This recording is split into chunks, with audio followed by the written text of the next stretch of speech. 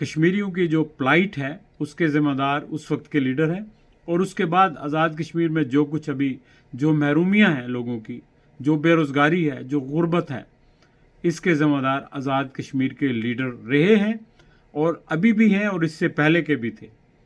اور اس کی وجہ یہ ہے کہ آپ آزاد کشمیر کے لوگوں سے ووٹ لے کر آزاد کشمیر کے مسائل کے اوپر توجہ دیں۔ وہاں تو نہ پینے کا پانی ہے، نہ سڑکیں ہیں، نہ ہاسپٹل ہیں، نہ اسکولوں کا صحیح انتظام ہے، نہ کسی ڈپارٹمنٹ کی کوئی کیپیسٹی اور پرفارمنس ہے، لیکن آپ توجہ پاکستان کی سیاست میں دیتے ہیں۔ دیکھیں، پاکستان کی سیاست کے حوالے سے ہمارا کلیئر نقطہ نظر ہونا چاہیے کہ ہماری پاکستان کی کسی سیاسی جماعت سے نہ تو دشمنی بنتی ہے اور نہ ہی ہمیں ان کا اعلیٰ کار بننا چاہیے اور اپنا کندھا پیش کرنا چاہیے دوسری جماعت کے خلاف۔ کشمیر کے لوگوں کا رشتہ پاکستان سے ہے، ریاست پاکستان سے ہے اور پاکستان کے عوام سے ہے۔ وہ کسی لیڈرشپ کی وجہ سے نہیں ہے اور کسی سیاسی جماعت کی وجہ سے نہیں ہے، لیکن ہمارے اپنے آزاد کشمیر کے لیڈروں نے اپنے آقاؤں کو خوش کرنے کے لیے اپنے آپ کو اتنا کنٹروورشل بنایا ہے کہ اپنی تصدیق کرائی اور ساتھ ساتھ پورے کشمیر کے لوگوں کی تصدیق کرائی ہے۔ تو میں سمجھتا ہوں کہ اب وقت آ گیا ہے کہ آزاد کشمیر کے لوگ سمجھیں کہ یہ جو بلی چوہے کا کھیل چل رہا ہے نا آزاد کشمیر میں 70 سال سے، یہ ختم ہونا چاہیے۔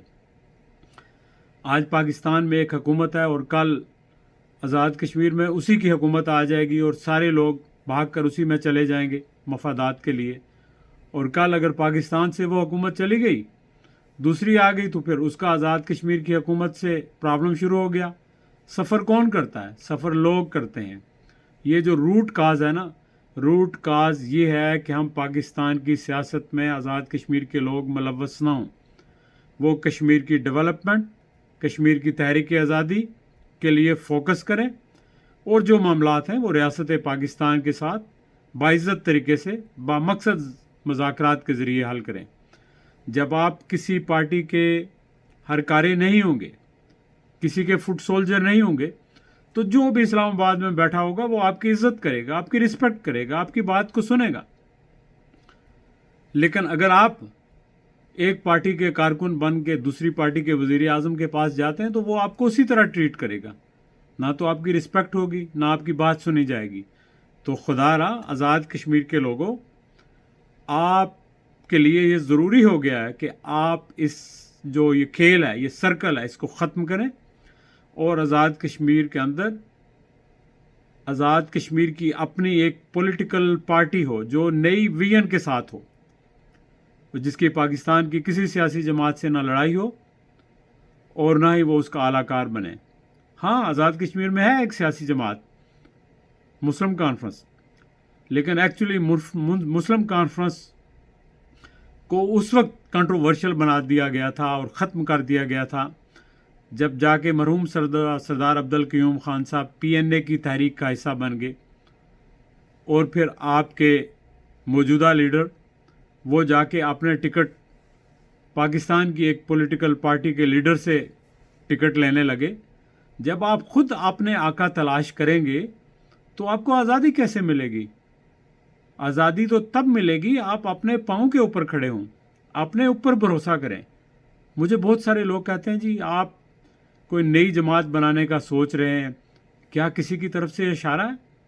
کوئی پیچھے ہے؟ خدا کے لیے اپنے آپ پر بھروسہ کرو۔ اگر آپ کو اپنے اوپر بھروسہ نہیں ہے تو اللہ پر بھروسہ کرو اور اپنے آپ پر بھروسہ کرو۔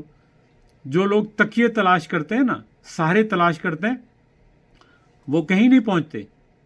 اب آپ دیکھیں نا، 3 دفعہ وزیر اعظم رہنے والا شخص بھی سہاروں کی وجہ سے یہاں پہنچا، لیکن پھر بھی کن مسائل سے خود بھی دوچار ہے، ملک بھی دوچار ہے، اس کی پارٹی بھی دوچار ہے۔ سہاروں کا یہی نتیجہ ہوتا ہے۔ لیکن جب آپ کی اپنی کنوکشن کلیئر ہو، آپ کا اپنا دماغ کلیئر ہو، آپ جو کر رہے ہو وہ اپنے دل سے کر رہے ہو، اپنے دماغ سے کر رہے ہو، تو آپ کو سہاروں کی ضرورت نہیں پڑتی۔ اللہ تعالیٰ سب سے بڑا سہارا ہوتا ہے اور عوام سب سے بڑا سہارا ہوتے ہیں، اور آپ کی اپنی ذات جو ہے نا، اس کے اوپر کانفیڈنس ہونا چاہیے۔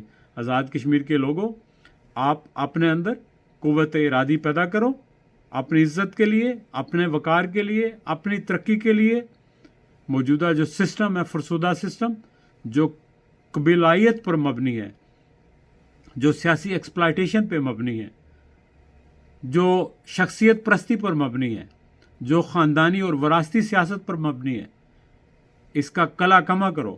وہ دور گزر گیا۔ اب ہر شخص کو ایکول اپرچونٹیز ملنی چاہیے، ہر شخص کو انصاف ملنا چاہیے، تبھی ملک آگے آئے گا۔ جب پورا ملک آگے آئے گا تو ہر ایک کو فائدہ ہوگا۔ لیکن اگر ایک برادری کا نعرہ لگا کے کو آئے گا تو وہ شاید برادری کے بھی 10 لوگوں کو اکوموڈیٹ نہیں کر سکے گا، لیکن جب پورا ملک ترقی کرے گا تو ہر شخص اس سے فائدہ اٹھائے گا۔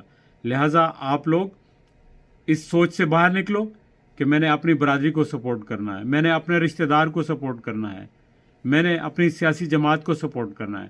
آپ اچھے لوگوں کو تلاش کریں، اپنے درمیان بہت سارے لوگ ہیں، بہت لکھے پڑھے لوگ ہیں باہر بیرونی دنیا میں، جو کشمیری آئے اتنے ٹیلنٹڈ ہیں، وہ تنگ ہو کے آئے ہیں نا، ان کو کچھ نظر نہیں آ رہا، چونکہ وہاں سیاست جو ہے وہ پیسے کی ہے، برادری کی ہے، ایکسپلائٹیشن کی ہے۔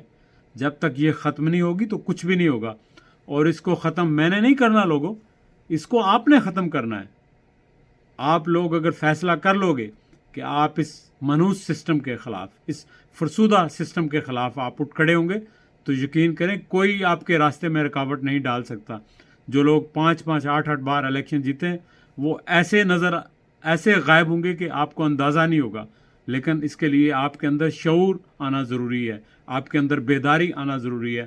تو میری یہی خواہش ہے کہ آپ لوگوں کے اندر شعور اور بیداری آئے، اور بیداری اور شعور کی ایک تحریک جو ہم نے شروع کی ہے اس کو آپ ہر گھر تک پہنچائیں، ہر دہلیز تک پہنچائیں، ہر شخص تک پہنچائیں، تو دیکھیں کہ لوگ کیا فیصلہ کرتے ہیں، اور جو لوگ فیصلہ کریں گے انشاءاللہ وہی فیصلہ ہوگا اور وہی کامیابی سے ہمکنار کرے گا۔ بہت شکریہ، اپنا خیال رکھیے گا، خدا حافظ، پھر آپ سے ملاقات ہوگی۔